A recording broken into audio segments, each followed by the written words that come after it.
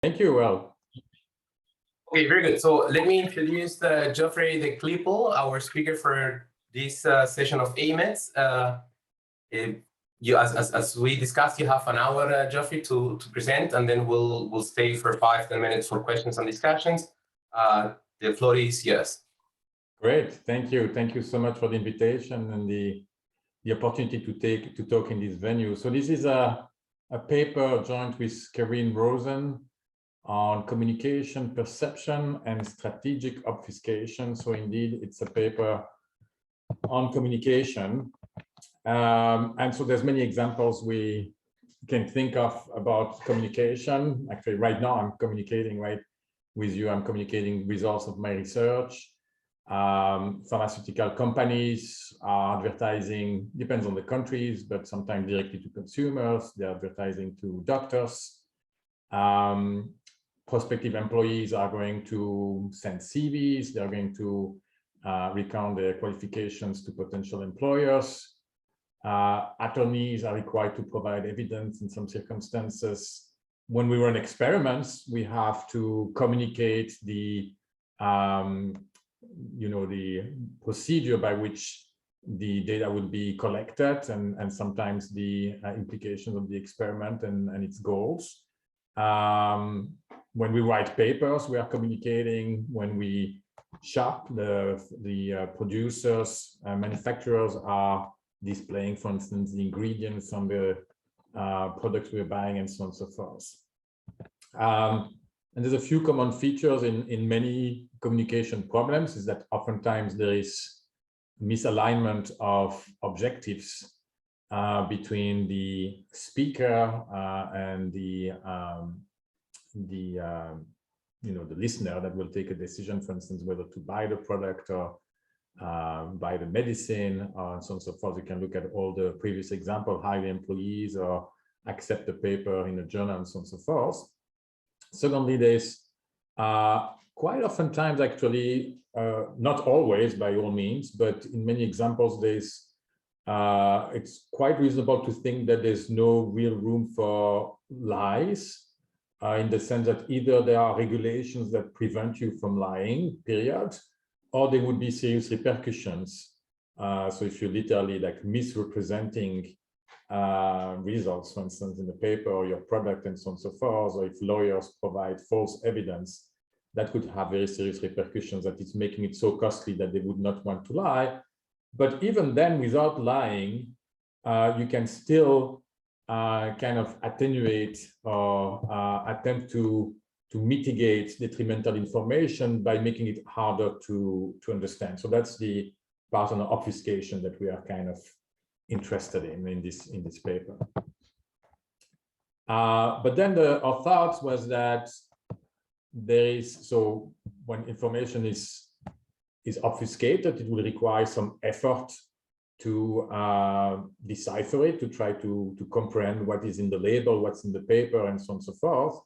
But at the same time, there could be some strategic inferences that are potential substitute for this problem of costly perception. Namely, if I see the information being seemingly obfuscated, I will perhaps decide to exert less effort and just reach a decision. So for instance, if I see as an employer, an employee that is really dressing up the CV in a way that seems to obfuscate the information, I may just pass on to the next one, or invest just less effort to try to understand really the true quality of the applicant. Or if I see a paper that is grossly like misrepresenting or underplaying some important related literature and so on and so forth, I may start doubting more the quality of the paper and adjust the time I will be spending to review it and assess it and so on and so forth. And so the purpose of this paper is to try to highlight first this kind of trade-off that may exist between strategic inferences from witnessing obfuscation and the effort one might invest to decipher the information, the content of the message, and both to have a theoretical model for it and then to bring it to the data to kind of gauge the relevance, the empirical relevance of this trade-off. And we're particularly interested in this, this question in view of the recent literature on optimal attention in individual decision-making problems. So for instance, a paper by Andrew Kaplan and Mark Dean a few years back. And so we're going to build on that framework to kind of map it into a game theoretic setting. So those papers are about individual decision-making, and we're interested to kind of make a step from individual decision-making to perception in games. And so that speaks to that literature also. The plan of the talk is the following. So first I'll be proposing the theoretical model, and then I'm going to define the equilibrium, and then I'm going to tell you about testable implications, so what we could see in terms of the observables when choice arises from this equilibrium in that model. And then I'm going to describe to you how we can bring this model to the data, and then I'll go over the empirical results and conclude the paper. There's actually also, hopefully, if at the end I have the time, I'll also talk a little bit about kind of the implications once these trade-offs has been identified, where we can look at what are the implications in terms of policy of recognizing the existence of this trade-off. So that's the end of the introduction, the plan of the tour. Are there any questions at this level, or should I just delve into the model? Okay, so let me just start with the model then. Sorry, can I ask about the type of attention or perception, costly perception you're thinking about here? Maybe an example would help. So like visual perception or cognitive processing, because, you know, in terms of obfuscation, it can matter whether it's something that there's not much you can do, that you know, you're confused, or, you know, if you put some time in thinking into it, then you can solve the problem or understand it. So yeah, so it will be more of the latter. So I'll present the model in a moment. So in a nutshell, in the model, you have the ability. So it's not the situation where there's nothing you can do. You just see for a split second a message, and then that's it. That we would not have much to say. So here, on the contrary, it's a model of costly perception. So there's the idea that the information is there. So the content is there. There's no lie. And if you were like unlimited in your ability to review the information, you'll be able to decipher it perfectly. And so we are thinking in the model of you deciding rationally of how much effort to exert, knowing that it's going to involve some cost, and we won't be putting any kind of restrictions on the cost functions. On that level will be pretty general. And of course, if you were to put more restrictions, you would get stronger testable implications. As for the experiment itself, you will see that it has a visual component because the content of the message will be displayed through, so a state will be one of two colors, and the display will be revealing that color either in an obvious way or in a less obvious way. I don't want to preview too much of the paper ahead of time, but I hope that's kind of partly answering your question. And please don't hesitate to ask again, either at the level of the model or at the level of the experiment as we implement the model in the lab. Yeah, thank you. Okay, so let me indeed start with the model, and it will not be the most general model. Ultimately, as I said, we want to bring it to the data, but the model that is rich enough to be able to understand this trade-off in a crisp and stark way. So the sender, there's two possible states, omega-1, omega-2, and the sender, so the speaker is informed of it. He knows the state. The receiver does not know and has a prior about the relative likelihood of these two states. You can think, for instance, of a uniform prior if you want, and that will be the case in the experiment. It's the receiver, as quite standard in communication game. The receiver will take an action, and there's two actions here, A1 or A2, and it's very simple because the receiver gets a prize, if you want, a money prize of MR in this model, if the action matches the state. So in other words, the action is kind of guessing the state. And so if you take action A1 when the state is omega 1, you win.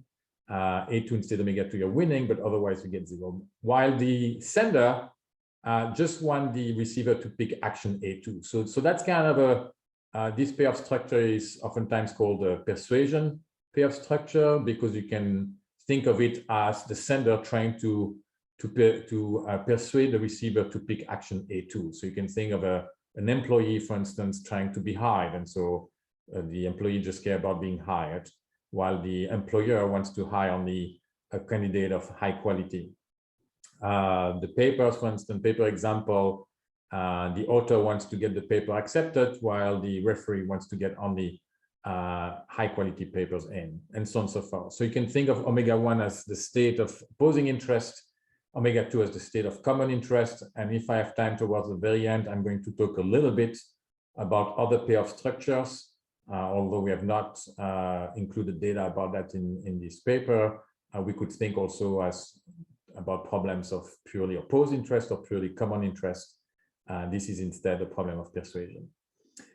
So the sender has two options. As I said, he cannot lie, so he will have somehow to convey the content of the state, but he can decide whether to communicate clearly or to obfuscate.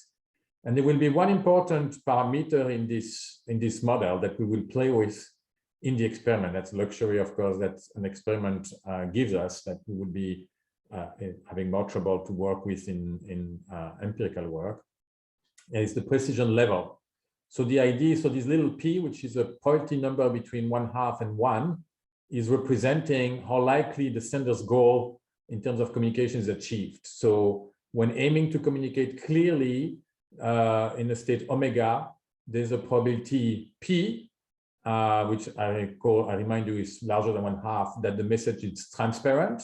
And I'll say in a moment what it means, but basically what it means is that as the name indicates, the state is immediately clear, but there's a probability 1 minus p that the message will be obscure. So it will be hard to decipher for the receiver.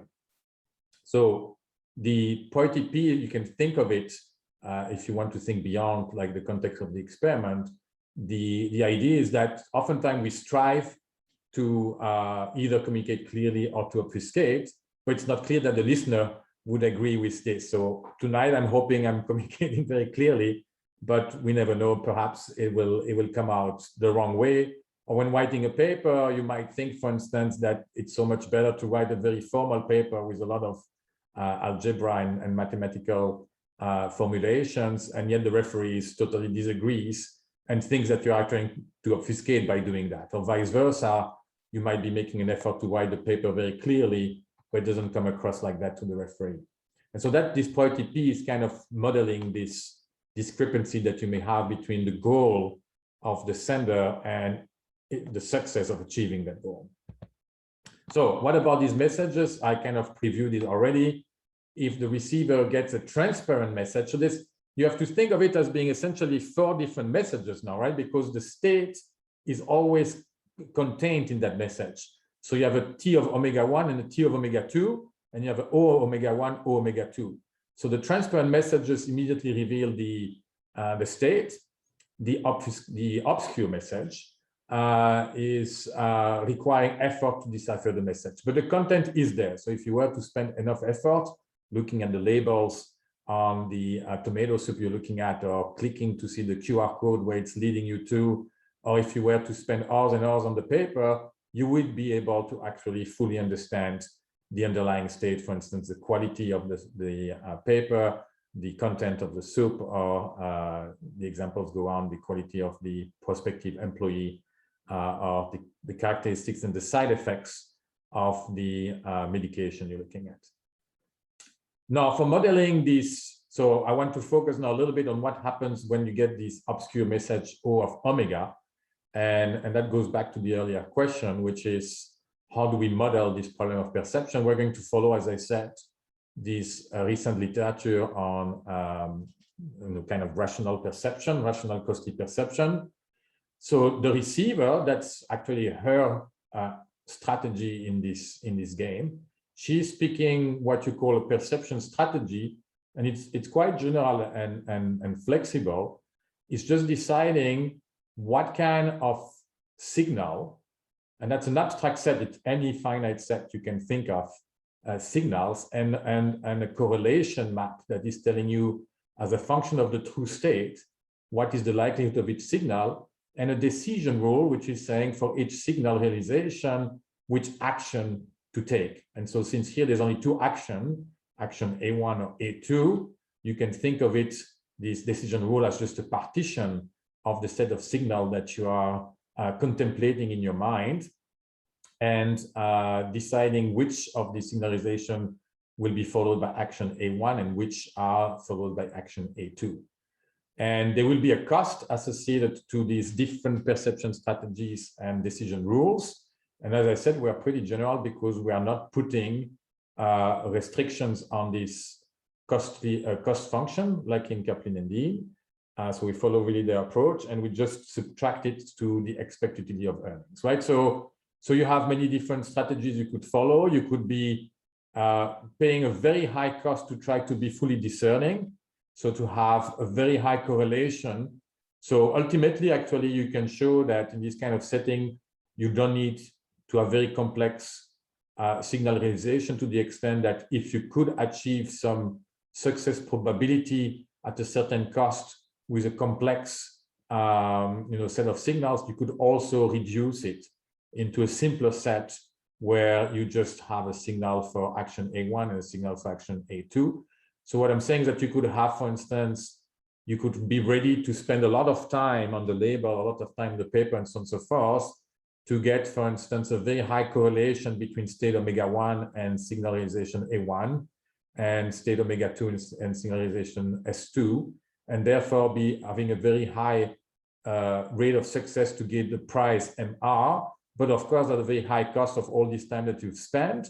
Or you could be at the other extreme, literally spending no time whatsoever on this deciphering problem of perceiving the information, the content of the message O of omega. That will be very cheap because you spend very little effort, but it will lead you to very little correlation and essentially just a guessing of the state based on your prior. So that's the model. And other questions on the model? And then, yes, go ahead. So I'm trying to decipher the model here. Is it in terms of its realism in its examples that you've given? Is it always the case that the receiver is aware that they are being obfuscated by the senders? So in the model it is that you know that you received an obfuscated message. But if, for example, you're a referee, is that the case that you know that, okay, this message is obfuscated? No, so I think that's definitely a direction in which I'd like to take, exploring further the next time around. I think that's a very interesting. I think I would maybe contemplate kind of a dynamic model where I exert some effort to try to figure out whether there's been an attempt of obfuscation or not. And as I'm learning both about the content of the paper and the strategy perhaps that the sender has been using in terms of obfuscating or not, I will be like updating. So I agree with you that in a more complex model and perhaps more realistic, one would also have to face the question of whether there's been obfuscation or not. And you put the finger correctly on the, I'm glad you're emphasizing that in this model, there's no such question. So obfuscation is immediately obvious. So it's a bit like, for instance, if you have a QR code or something like that, and there were discussions about that in the US about labeling on products, and they were requiring the manufacturers to provide information of the content of the product, but they were allowing to just put QR codes. So you could think maybe that seeing a QR code is kind of a signal of obfuscation, and you could starting to decipher it by pulling up your phone and clicking on it and then starting looking at the content, but that would be a clear sign of obfuscation. But I think more realistically, you would have indeed this question of, is there obfuscation in the first place? And that's probably going hand in hand with deciphering the content of the message and witnessing obfuscation itself. Now, in the experiment, we have the luxury, because we're interested in really highlighting this trade-off I told you between strategic inferences and costly perception. In the experiment, I actually like having something a little bit more extreme and more easily interpretable. But it's certainly something interesting to explore further.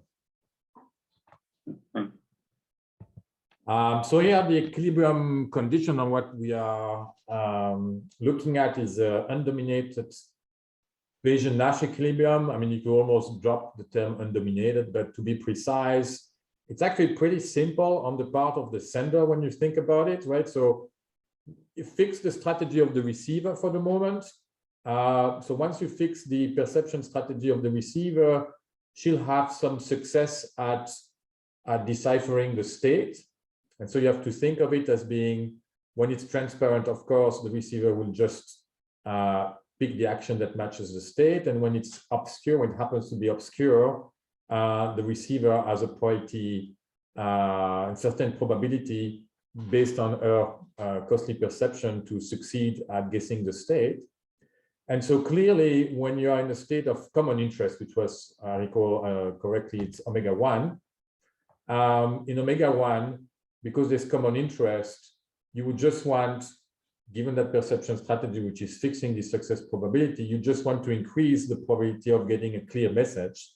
And in the opposing interest state, of course, you want to increase the probability that the obscure message is popping up. That's true as long as the success probability of deciphering the obscure message is strictly less than 1. Obviously, in the experiment, it will be less than 1, especially when you face an average receiver. So in other words, it's a strictly dominant strategy to clarify in the common interest state omega-1 and to obfuscate in the opposing interest state. And it's weakly dominant when you expect your opponent to be perfectly successful in deciphering the message, which of course is a little bit extreme. So to summarize, essentially in the part of the sender, things should be pretty easy for a sender who cares only about her own material payoff and who is rational. You want to communicate clearly in the common interest and you want to obfuscate in the opposing interest. Now, I also want to think about the receiver's best response. Now, of course, at an equilibrium, we would look at the best response against this optimal strategy of the sender. But before jumping the guns, let's just look at the best response as a function of the strategy of the sender. So tau of omega is the probability with which the sender communicates clearly in state omega.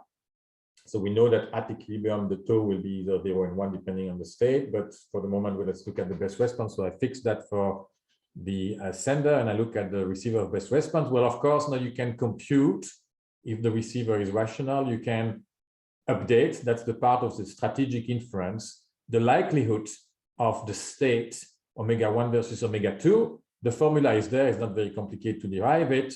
Of course, what will happen whether you're Bayesian or not Bayesian, because down the road, I'm also going to tell you a little bit about the robustness of a result against different specification about the probabilistic inference and the rationality of the players.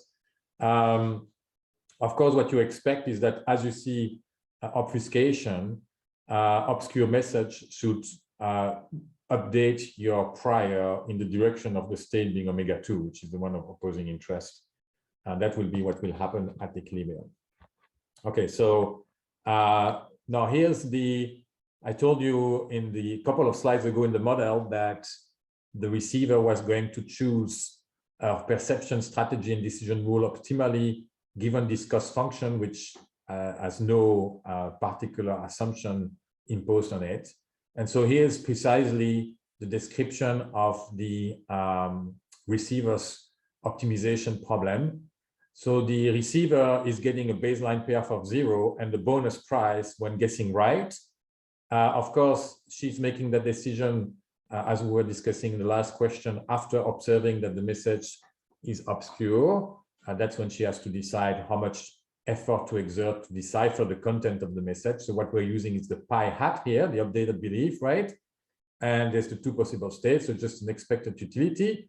And if you remember the notation, the SI, the script SI is a set of signal realization under the perception strategy for which action AI is taken. So that's the one where the prize is won because it's the right guess.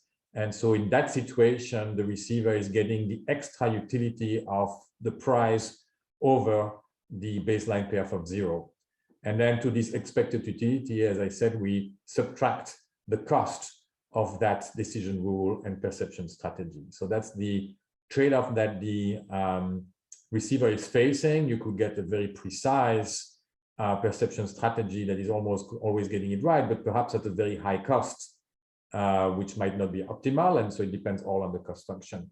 There's, of course, a constraint that the action that you are prescribing under the decision rule are the rational ones to take. It's kind of an incentive compatibility condition, sorry. So when I'm getting a signal realization in SI, I'm supposed to take action AI, which means that I should be believing that the state omega I is more likely than the state omega minus I, the other state. And so that's what the condition there is written. The mu hat is precisely the posterior belief on the state after receiving a signal sigma. So that's actually the equilibrium conditions of this model. And so now I want to talk about the testable implications, namely, sorry, Juan Carlos, with the question? Yes, can I ask a question? So if you go back to the previous slide,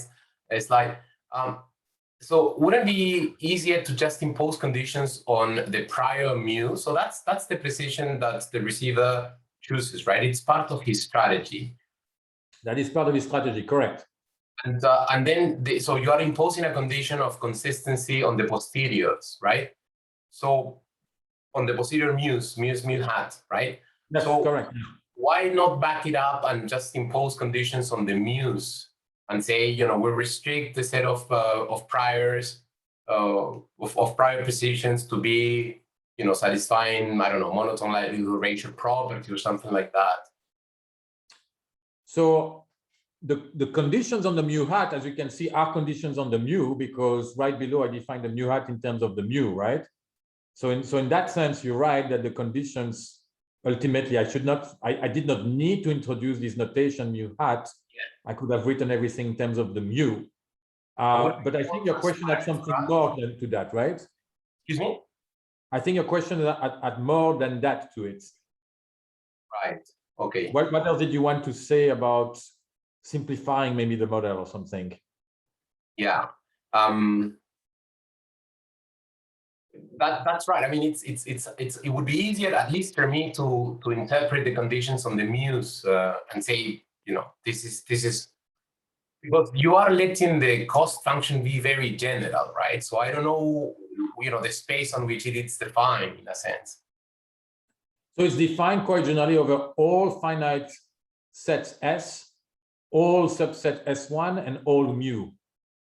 So any cost function is allowed, and so you may want to, so it would be fine to contemplate more restrictions, to say I'm not going to take this very general approach, and instead I think that it's maybe more natural, or it's plausible maybe that people would be using this or that kind of class of perception strategy, and to restrict the cost function, for instance, to be monotonic in some kind of measure of the informativeness of that perception strategy.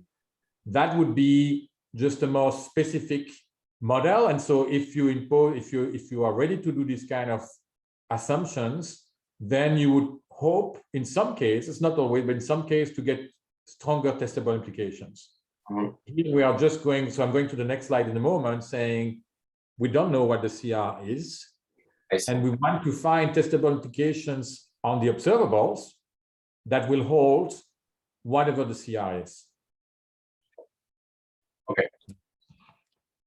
So it's kind of a reveal preference exercise in a game setting involving actually stochastic choice data. So let me go there. what are we observing in the experiment and what are we going to vary? We're going to vary this precision level P, which I remind you is the likelihood that the intention of the sender to clarify or obfuscate is being successful. And then we're going to collect for each of these P's the strategy of the sender that's observable and the success rate of the receiver conditional on the state. So we can see when the state is omega-1, with which probability the receiver who got an obscure message guessed it right. And when the state is omega-2, what is the probability with which the receiver guessed it right in that state when getting an obscure message? And we're going to say that the data set is consistent with equilibrium play if it can find utility functions for the sender and the receiver. One such perception cost function, which, as was pointed out, is completely general, defined over any kind of possible perception strategy and decision rule, such that for each observation J, I can construct a perception strategy and a decision rule such that the combination of the observed sender strategy and this perception strategy and decision rule form an equilibrium of the communication game with the property that I can recover the stochastic probability, the stochastic choice of the receiver, namely the likelihood of guessing right in state omega I in observation J should be equal to the probability under the decision rule mu J that I constructed as part of an equilibrium of getting the signal SI in state omega I. Right, so that's the definition of consistency with equilibrium play. And so here's the proposition. Is there a question? Can I ask? Yeah, so this, I guess, related to what GC asked. So alternative way to model this cost would be that this cost is just a function of the decision rule. So basically, the receiver chooses a decision rule, so it could be completely informative that the just decision is equal to the state, but that's going to be very costly. And then all the information about how much information he extracts will be contained in the decision rule. So I don't think you can have just the decision rule, because the question is how do you perceive? So the signals are important because they express how you perceive the state, right? So if you define the decision rule in terms of the state, you're losing this step of this imperfect perception that you may have of a state, that when the paper is great, you might be making mistakes because you did not read long enough the paper. And so you may have a certain likelihood to identify the right quality of the paper, but not a perfect likelihood. So I don't think, maybe I'm missing something on your idea, but I don't think you can have just a decision rule. You could certainly have, and maybe that's what you have in mind, much simpler kind of signal structure, where, for instance, the signal structure is just two signal realization, which represent your impression of the paper. So the true state is good quality, bad quality, and then the signal realization is my impression is that it's a good quality paper, or my impression is that it's a bad quality paper. And then a very simple decision rule, which is when my impression is good, I say accept. When my impression is bad, I say reject. And then I would just define the cost in terms of the correlation you have between your impression and the actual quality of the paper. So that would be a much simpler kind of formalism. And in fact, you would be able to show that there's no difference between the level of generality that I gave here and this narrower kind of model where you drastically simplify the set of signal realization and the type of decision rule you are following. But you would still not eliminate this, I think, important aspect of the misperception you may have between the impression you have of the state and the actual value of the state. Is that helpful? Okay, yeah. So just to clarify, so you need this perception because you're gonna somehow measure it in the data. Because if you're not using this perception, then you can just, it seems that you can't just use the decision rule. And by the decision rule, I mean the the distribution over decisions given the state of the world and the message of obfuscation. Yeah, but you see the tricky part though is that the receivers can exert different level of efforts, and that will lead to different distributions, right? So right, and then the cost function will depend on this decision rule, the stochastic decision. Exactly right. So the cost function, you can think of it as being a proxy for this effort being exerted. And the difficulty, which I think you were hinted at before, is that we don't observe the effort itself. We're only observing the success that the receiver has on average. So the success rate at guessing the state. So because they are not always right, they will, if you want, in the language of the paper example, and in a little bit I'll present the experiment, we'll be able to talk in the language of the experiment. But if I give 100 paper to referee, and I know what is the true quality of the paper, the referee will get it right a certain percentage of the time, let's say 70% of the time, to say something. And that will be what I observe, which is coming in the background for from a rational decision of how much effort to exert. And now when I'm changing the P, that will change if we observe this link that I wanted to emphasize of the substitution that may exist between strategic inferences and costly perception. As I change the P, you may have different success probabilities. So to be able to capture all this, I need to model the underlying cost structure. Okay, makes sense. Yeah, that's helpful. Sure. So hi, Geoffroy. Can I also ask a question? I think I was confused, but maybe now I understand better. So the precision level, it's really, so if the precision level is less than 1, and I am a sender, and I want to send a transparent message, like in state omega 2, I'm not guaranteed that the receiver will see it as a transparent message. Is that right or not? That is absolutely correct. So you're holding a great paper in hands, and you're doing everything you can to convey the greatness of the paper, but it's not sure that the referees will get it. Okay, so the precision level is creating the room for the misunderstanding, or for the. That's exactly right. So let me maybe spend, since you asked this question, spend one moment here on big picture related literature. I have more information at the end, but I don't know if I'll have time. So maybe it's a good time to say now. So communication, there's a lot of papers on communication, right? So one extreme is kind of Crawford-Sobel, and that's just called cheap talk. So you can say whatever you want. There's no restriction on lying. And so the question is, how informative can cheap talk be as a function of how overlapping the interest of the sender and the receiver are. So that's definitely not the framework that we're looking at here, because you cannot lie here. At the other extreme of the spectrum, you have this literature on information unraveling, where it's only hard information that you can transmit, and there's never any kind of miscommunication.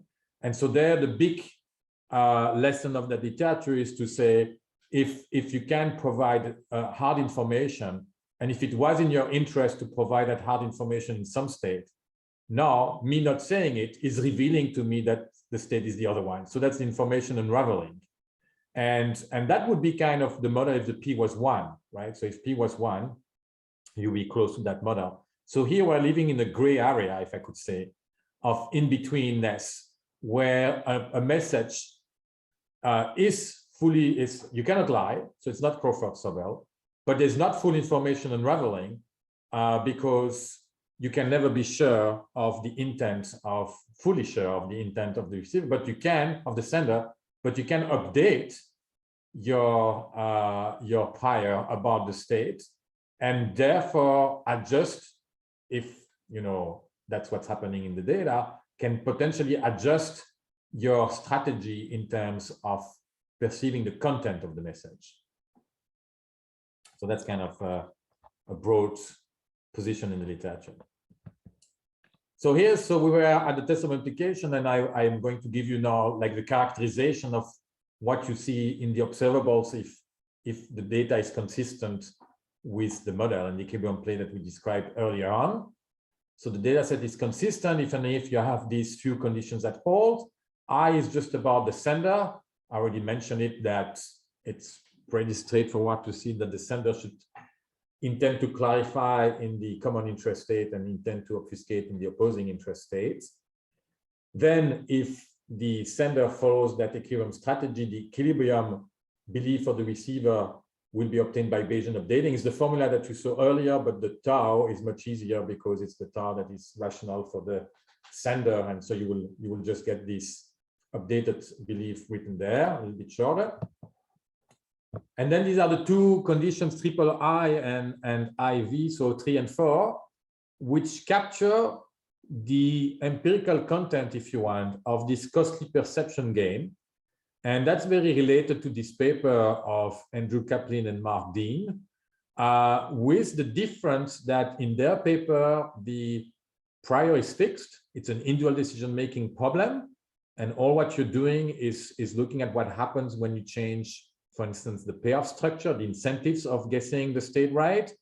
In our setting, it's related, but a bit different, because the payoffs that you're getting are fixed. It's you get this price MR from guessing right.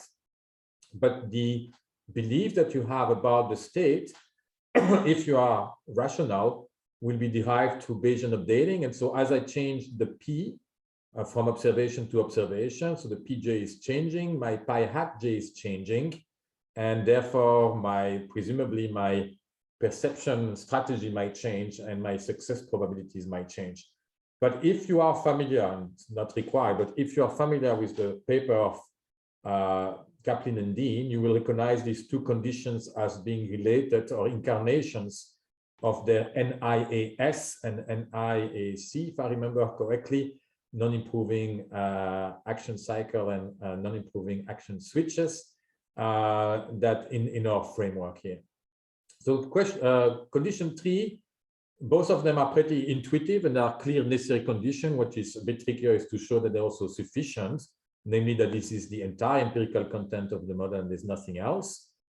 So condition 3 is just saying that, well, the receiver could just guess, instead of using his optimal perception strategy and paying the cost associated to it, she could just take action A1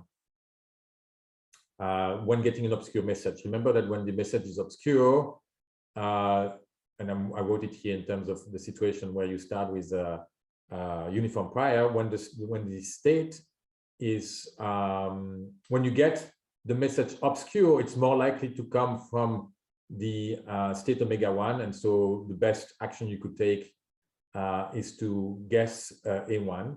And so that's the first condition. So if I were to, I don't need to pay a cost there, right? So I just decide on the right-hand side of the inequality is my success probability when I don't pay a cost at all and just guess A1.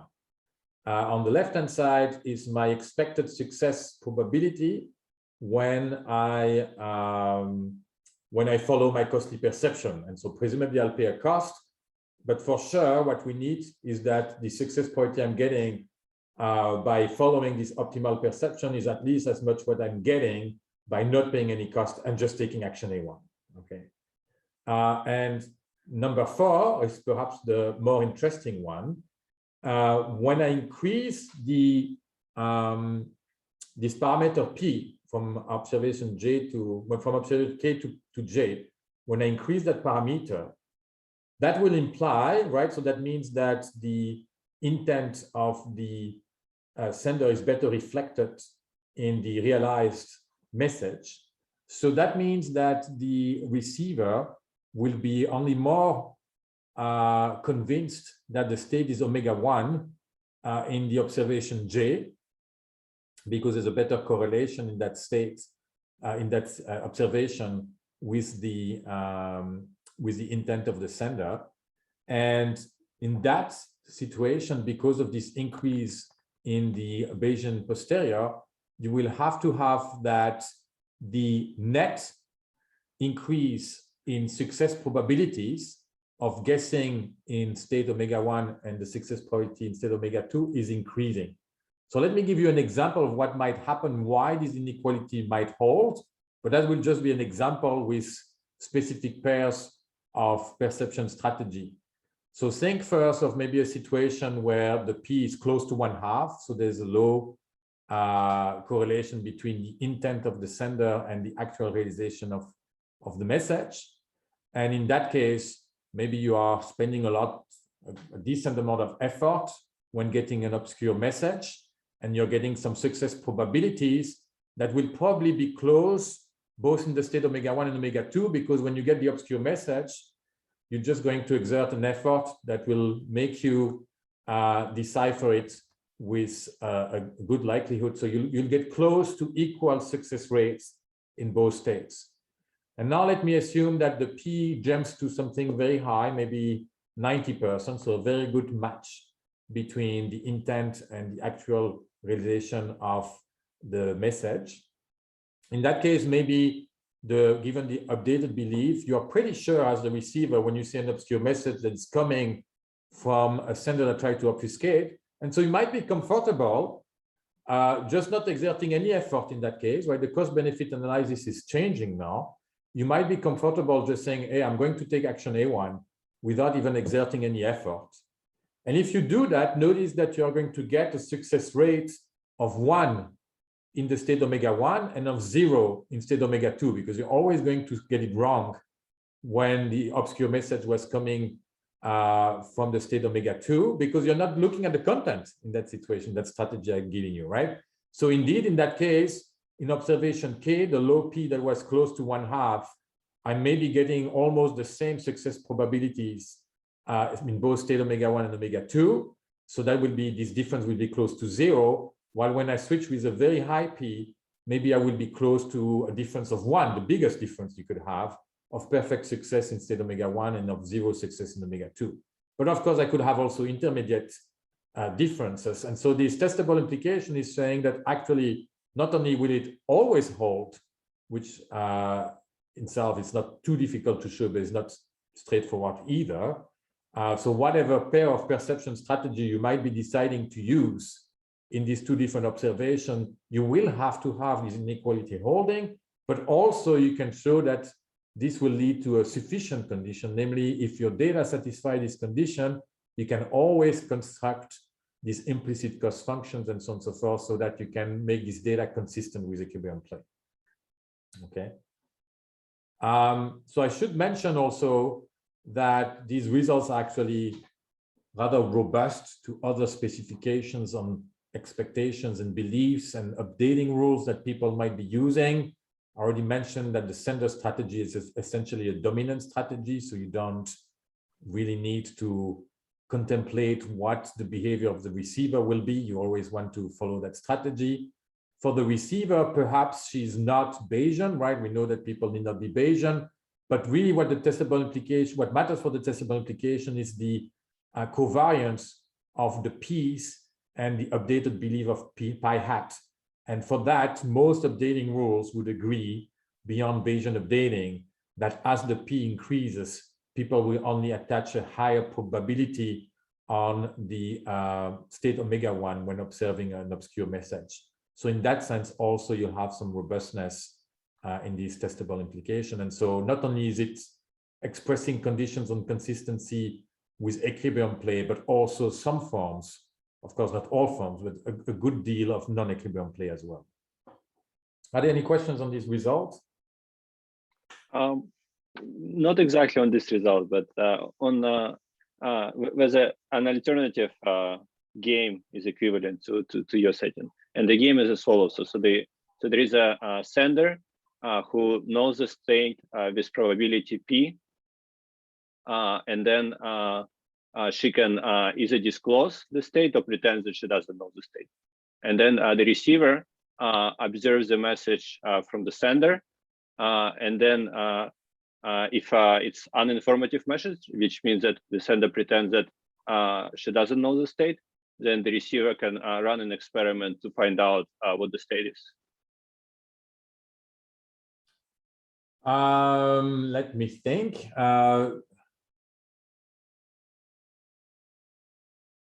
So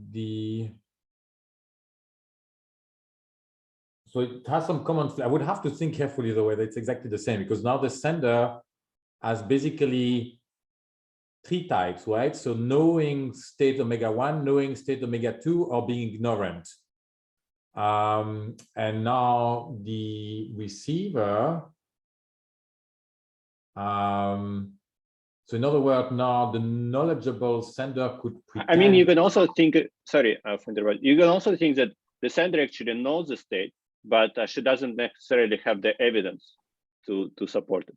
So there are still two types, but then the sender can either have the evidence or not.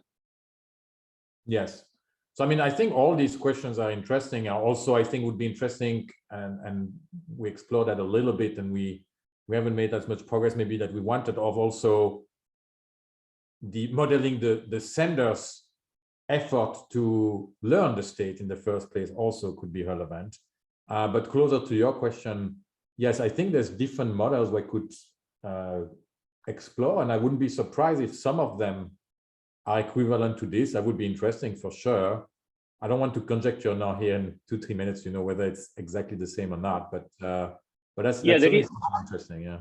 Sorry, the reason I asked is because this is then if this is equivalent, this is just die model with unknown endowment of information with one additional twist that the receiver can now learn the state, so it can run an experiment about the state. Right. So just positioning. Yes. Yeah. That sounds like an interesting conjecture. Okay, so let me skip. I already mentioned a little bit the robustness. I had more stuff, but I see that I've only like maybe 10 minutes left, and I want to mention the experiment. This slide is just to point out. So I just want to make an observation that collecting stochastic choice data, which represent the success rates in the different states, is a little bit tricky, right? So Margin has actually a paper with Nilay on trying to bring these models to the data. There was an early version, I think, with Andrew Kaplan, and it's been greatly expanded in this new paper. And already there for individual decision making, it's requiring, of course, many questions if you hope at all to collect probability distribution contingent. So remember, it's contingent probability distributions to contingent stochastic choice data, contingent on the state. So you need to ask many questions to get these probabilities.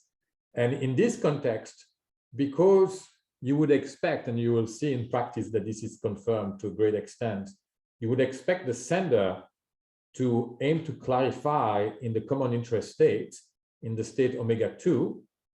That means that we would have rather few obscure messages whose content is omega 2. And so that means that to create a lot of data, to be able to collect individual stochastic choice data, both for omega 1 and omega 2, is beyond possible in a standard kind of lab experiment that lasts 1 or 1.5.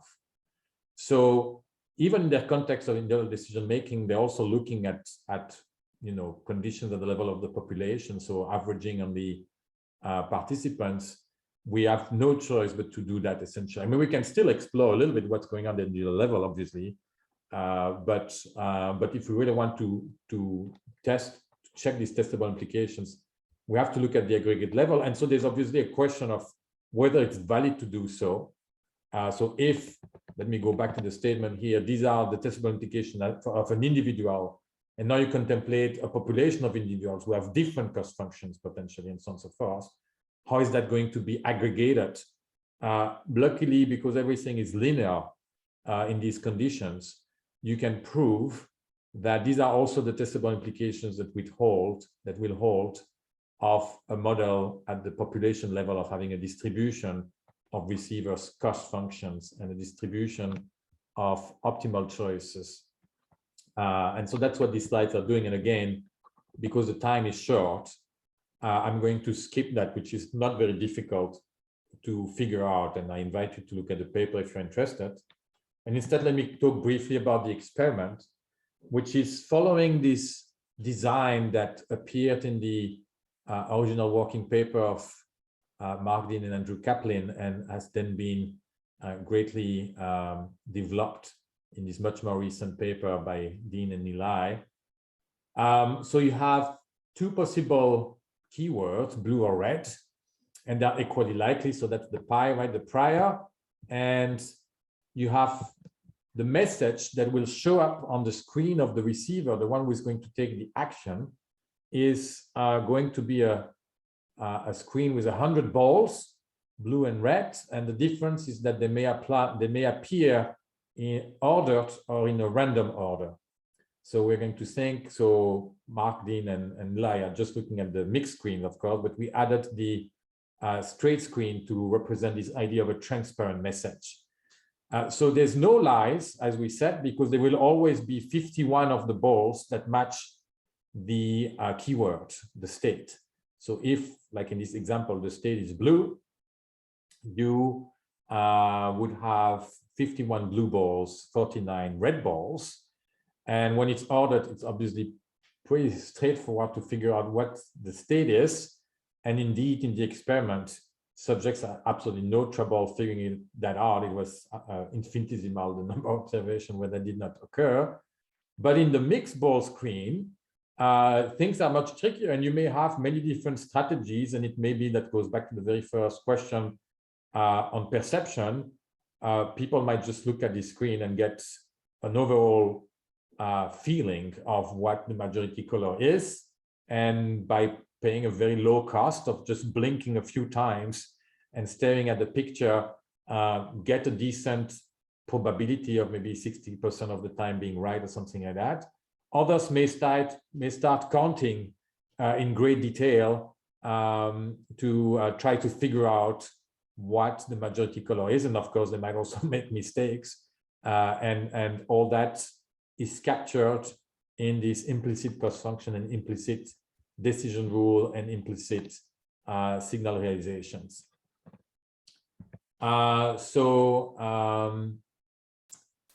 The receiver message is always one of these two types, but as we said in the theoretical model, the sender can impact the relative likelihood of getting the ordered screen or the mixed ball screen. And we are going to look at three different treatments. It's a between subject experiment or test, and P equals 51% one of them, 70% the other one, and 90% the last one.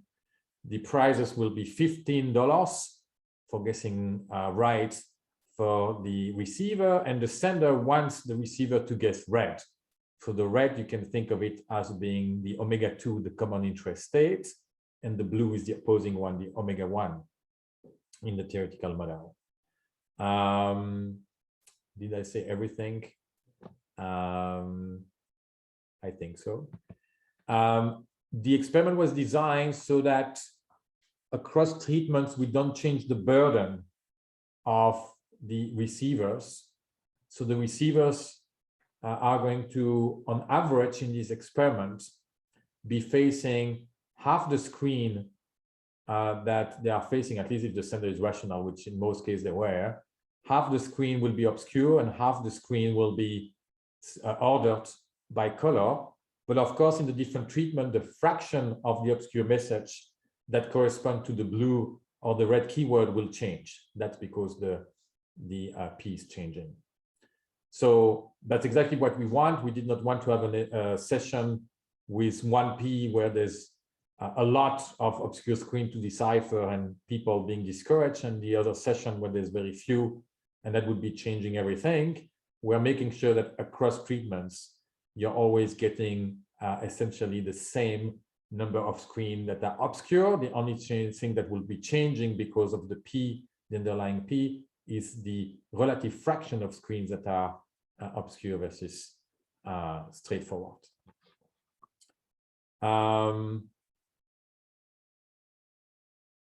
Let me just describe roughly the session, and then I'll jump quickly and say a word on the results so that I can wrap up within the time. So in the sending phase, so all the subjects went through two phases. In the first phase, they're all acting as senders. We follow a strategy method. What do you want to do if the state is, the keyword is red? What do you want to do if the keyword is blue? And then in the second phase, the computer is randomly matching a sender and a receiver. Of course, they are being, so when you are Bob as a receiver, Bob will never face his own decision in the first phase of the experiment, but instead will be matched 40 times with random draw with the other subjects that were in the room. So the computer draws at random a state, keyword red or blue, draw at random sender, one of the other subject to play the role of a sender, implements the strategy that player wanted to follow, and then applies the lottery using the P of that session, and then shows the ordered ball screen or the mixed ball screen. There's no feedback at any point, and the receiver can spend as much time as they want to look at the messages. 130 subjects, roughly split around these 3 treatments, 2 sessions per treatment, a short fee of $10. Here's the data, and so I'll just spend a couple of minutes on each aspect. The sender, they have kind of 4 strategies that they could follow. Never obfuscate, always obfuscate, obfuscate only in the common interest state, which is very strange, but that's a strategy nevertheless. Obfuscate only in the opposing interest state, which is the one that is the equilibrium. And so we see a large majority of people who follow that equilibrium strategy, around 80%. The one which is the weird one of obfuscating only in the common interest state appears almost never. The one that always obfuscate, which is also strange, is appearing very rarely too. It is interesting though to see, and at different levels, and I'm not sure why, I mean, the numbers are small, but still the other prevalent strategy is to never obfuscate. And so that may reveal some aspects of obfuscation aversion, perhaps, or disliking hiding information. And so that may be worth exploring in another study, but it's still very small, actually. So I'll not delve too much on that. And instead, I will present here this table of the estimates to logistic regression, the estimate success probabilities in each of these treatments for each of the states. So remember, omega-1 is the opposing state, omega-2 is the common interest state, and the P is changing. And so you see how these numbers are changing. And so we can check, and here I'm running out of time, so I don't want to take too much over time here, but we can check the 2 testable implications. Remember triple I and IV, number 3 and 4 in the theorem. So I look just at number 4, which is this top table here. All what I did is these differences between the success probability in the opposing state with respect to the one in the common interest state. And that's the 3rd column, which is just obtained by doing the subtraction of the column LP omega-1 with the column LP omega-2.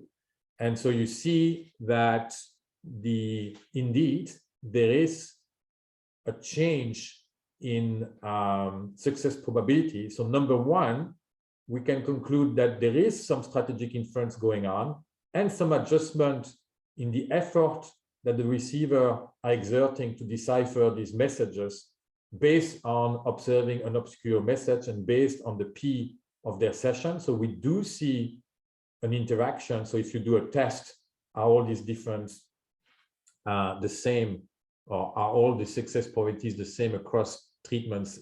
It's rejected. But furthermore, the testable implication that these differences should not decrease as I increase the P is clearly happening in the numbers. And on top of that, in fact, the difference is significantly statistically different from 0. So there's actually a strict increase when moving, for instance, from 51% to 90%. So I think I should stop here because I'm running out of time, but I'm happy to say more if you want in the few minutes of questions that might follow.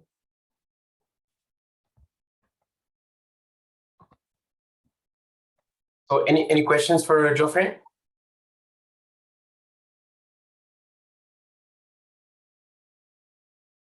So Kenan? So it makes sense from your motivation in the model that the receivers are aware of the strategic obfuscation, but in the experiment, the fact that everyone starts as a sender and then become a receiver, that makes it a bit kind of strong, a bit in a sense that you could say experimental demand effect. The receivers always have a good sense of why senders are sending messages of the sort that they're sending, because they have been sender just before, right? So you're saying that it's making them think a little bit more. Maybe that's what you're saying. That as a receiver, you. I mean, it's much easier for them to empathize and think like a sender, because they have just been a sender. So if they didn't have that experience of being a sender, you would expect that they wouldn't do as well, right? It might be. That's an interesting. I mean, we did it actually for economizing the number of subjects we would have to use. And maximizing the data we could collect with a given number of subjects. That's an interesting question. I mean, it could go both ways. I mean, you could also argue that, of course, undergrad students, which are subjects, might, on average, not be quite representative of more, expert people are making decisions that are used to making these decisions. I mean, it really depends on the application. I think I take your point, maybe. So if, for instance, if I think of writing papers, I mean, we're all serving as referees and as writing papers, and I don't know if these considerations are relevant or not, but that would be a setting where it would be reasonable that we're serving in both roles. On the other hand, perhaps when we are consumers in the supermarket, we've never designed a label, so perhaps it's less salient. And it's certainly an interesting observation from an experimental perspective that indeed, if you play in both roles, you have been already put in the shoes of the sender, so that's making a little bit more salient for you what to do as a sender. That's a good point. Yes. I agree in terms of the applications. Also, I'm sometimes thinking about like credence schools, expert services, where the receivers are naive in a sense, inexperienced. They haven't been on the other side, so. I think in that sense it depends on the market that you're looking at.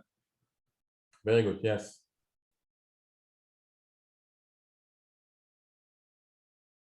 Any other question?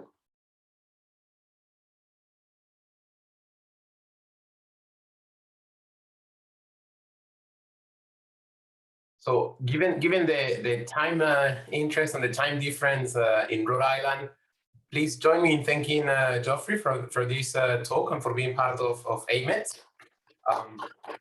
Thank you very much. Thank you. In general, we always say this. We hope to have you here at some point in the future. You and Karim visiting Australia at some point. Thank you. That would be very nice. Yeah, let's hope that things get back to normal sooner than later. Yeah. Okay, very good. Thanks again. Thank you very much. Bye-bye. Have a good